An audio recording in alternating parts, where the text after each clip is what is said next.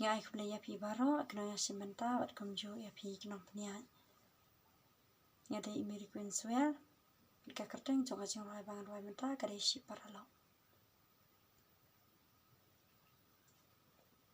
hajing ya lenti kum shi paralong kijing ya mai kijing ya nia kiwan kin le hen ringin thau ya kata ai ching ia kan don happy bat nga kum shi paralog ngin yak men yas ngeu ba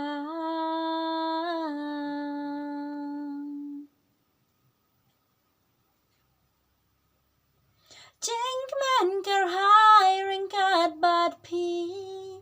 paralog kum shi para la jing jing chen jar bat pi ngin don shirta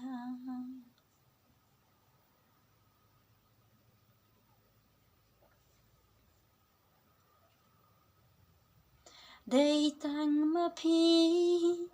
paralog chonga Ki ban yai don ring kat ha ka shon ka kia Day tang ha pi nga shanya scam